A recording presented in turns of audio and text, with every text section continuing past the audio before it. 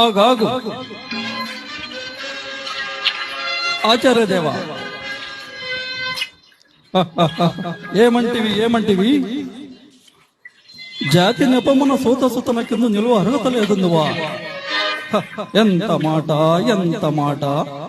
ఇది క్షేత్ర పరీక్ష కానీ క్షత్రియ పరీక్ష కాదు, కాకూడదు. ఇది కుల పరీక్ష ఎందువా? నీ తండ్రి భరద్వాజ జననం ఎట్టిది, అట్టి జుగుప్సాకరమైన నీ సంభవం ఎట్టిది. మట్టి కుండలో పుట్టితివి కదా, నీది ఏ కులమో? ఇంత ఏల అశ్వత్థామహుడు కురుకుల ఉద్దుడైన ఈ శాంతనవుడు శివ సముద్ర భార్యకు గంగా గర్భంలో జనించలేదా? ఈయన దే కులము. నాతో చెప్పుందివేమయ్యా, మా వంశమునకు మూల పురుషుడైన వశిష్ఠుడు దేవవేశయకు ఓరసిపుత్రుడు కాడా?